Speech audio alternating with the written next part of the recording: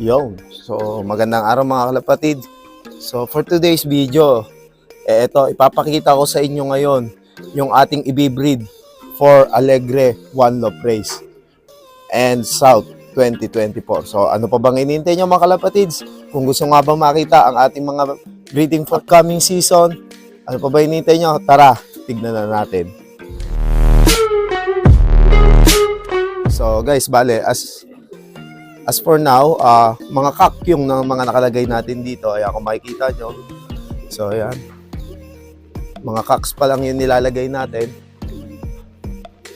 So mamaya makikita nyo kung ano ba yung mga ipe-pair natin dito sa ating mga kaks na ito. So bali nga ito, yung ating island born na Peter Bandimeroes. So bali ito ay grandson ng grandson ni Replay at ni Gwen. So bali ito nga ay ginawa natin tong breeder ngayon. Na-acquire natin siya sa ating kaibigan na si Rolas Acero. So shoutout sa iyo tol. Ito i-breed natin to for Alegre One Love Race. So bali makaka-pair niya ay yung kapatid ng ating overall champion na si Miss Night Flyer. So bali ito naman yung ating US bird. Ayan. So bali itong ibon na to ay galing kay Kuya Elmer at saka kay Kuya Edwin ng Baltimore, USA. So bali ito ay 100% Geoff and Catherine Cooper. So bali itong ibon na to, yung kapatid nanalo sa Middle East. I think 2021 or 2022 last season sa OLR. So ito nga ay binigay sa atin ni Utol Gerson. So pinadala sa atin to. So bali na pag-usapan nga namin ni Utol na ito ay i-line up para sa Alegre One Love Race. So hopefully tayo nga ay makapag-submit ng young birds do sa upcoming na One Love Race. So bali ito ay isa sa mga prestige na OLR dito sa Pilipinas. So bali first season and ayan, tatry tayo. Siguro mga 4 or 5 YBs. So bali itong isang kak na to, bali ito ay stock bird natin. Ito ay gagawin muna natin foster parents dahil nga hahabulin natin yung mga ipang-e-entry natin dito sa mga ibon na to. So bali ito, produkto siya ng ating lock breeding.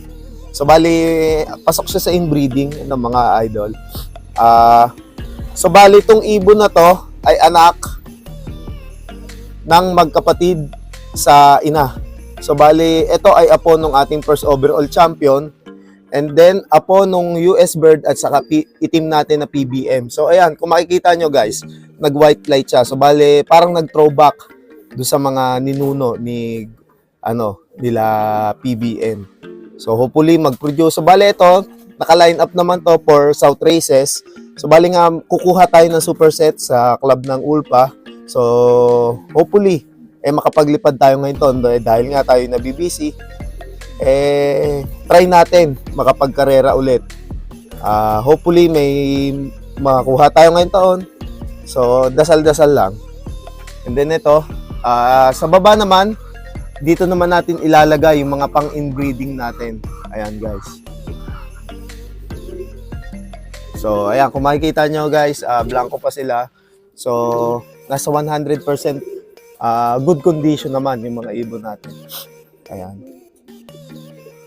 Magaganda naman yung droppings nila. So sinupervise muna natin sila for almost 1 month.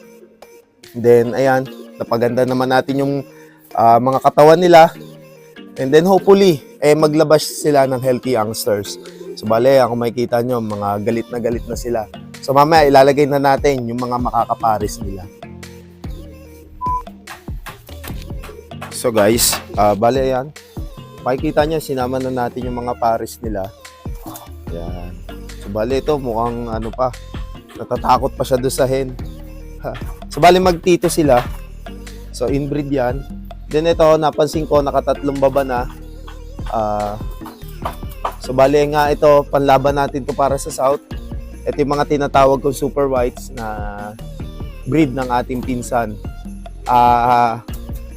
Mali. So bale ito ay galing yung lahi sa ating pinsan na mga pinanggalingan din ni Miss Night Flyer. So bale ito yung mga tinatawag namin super whites. And then yung cross naman niya ay apo ng ating champion and then apo ng ating dalawang import na ibon. So bale produkto din siya ng lock breed. Ayan. So bale try naman natin siyang i-cross ulit. So bale magiging four-way crosses ang ating ilalaban na ito. So subok lang tayo ngayon, guys. Ayan. So bale ito, mother and son pairing. So bale itong babae, ayan. Kung makikita nyo, guys, yung babae ay nanay ni Miss Night Flyer. And then yung cock naman na yun, siya ay full brother ng ating champion na si Miss Night Flyer. And then ito, Beckert to Beckert. So bale ito ay binread ko para lang makakuha tayo ng stock. At medyo naedad sila. Ito nga pala ay galing doon sa ating kaibigan from Morong, si ating Michael Rumbawa, si Dolop Below. And then ito, lock breed din siya. Siya naman ay, yun nga, yung sinabi ko kanina, apo siya ng dalawang imported, and then apo din siya ng ating first overall. And then ayan, super whites ulit. Then ito, Yaya. So bale ito, lalagay natin dito yung itlog ng ating itim. Ayan, yun ang plano ko para makakuha din tayo ng panlaban sa kanya. So I think kukuha tayo dito ng isa and then dalawa pang OLR. Dito dalawa pang OLR din. So kailangan din natin idiretso sila in case na mamatay sa quarantine facility ng Alegre. So bali kailangan may tayo doon, backup plan na pamalit doon sa YBing mamamatay in case. And then ayan, all set tayo ngayon. So bali itong isang lang to na uncle ni Miss Night Flyer, medyo naduduwag pa doon sa kanyang hen. So hopefully mag-pair din sila. So ayan, kung makikita nyo, guys, maganda naman yung resulta ng ating pagpe-pair. So hindi na natin kailangan pagkitain muna sila bago sila pagparisen. Dahil nga ayan, kung makikita nyo, healthy sila and then super na sila. Nandun na sila sa peak ng condition nila. Kaya breeding season ngayon, ayan, makikita nyo, mas mabilis silang pumair doon sa kanilang mga binigay natin pares. So ayan, hopefully maglabas to ng mga gagandang ibon for this upcoming season. And then, ayan, dahil nga malapit na tayo mag 3K subscribers, pipili tayo dito ng ating ipaparapol ulit. So itong mga ibon na to ay pwera lang dito. Ito nga, Yaya. Pero quality bird din ito dahil ito yung hen ay 2 times Santa Ana Morris Gordon, and then yung cock naman ay anak ng Abuyog Finisher and Moto Cup winner ng ating president. So bali ito ay galing doon sa ating president, yung lahi nila. So ayan, kung makikita nyo, guys, all set na tayo. Tingnan na lang natin, update na lang din natin kung kailan sila mag-lelay ng egg, then mag-hatch. So lalagyan din natin sila ng lalagyan din natin ng palatandaan dahil nga kailangan natin magbilang dahil nga mag-e-entry tayo sa Alegre One Love Race. So bale yan, kung makikita nyo, all set naman. Lahat naman nag-pair. Pwera lang dito, medyo naduwag yung ating cock. So bale, binubuli pa siya ng babae. So ito nga ay isa doon sa nag-produce din sa ating tropa sa Paete. So bale, nag-anak to ng Kalbayog Finisher. Kaso hindi bumalik nung Tacloban dahil nga may tama din yon, yung ibon na yon. Ikinarera siya ng naka-recover lang kumbaga sa kanyang naging sakit. So ayan, kung makikita nyo, guys, all set. Kailangan na lang siguro tayo maghintay para mag-itlog. So bali ito, nakakatuwa dahil nakakatatlo na sila. Nakakatatlong sampa na. Ayun din. Kita ko, sasampa na rin yung anak niya. Ayan. Okay. Nakasampa na. Okay, all goods.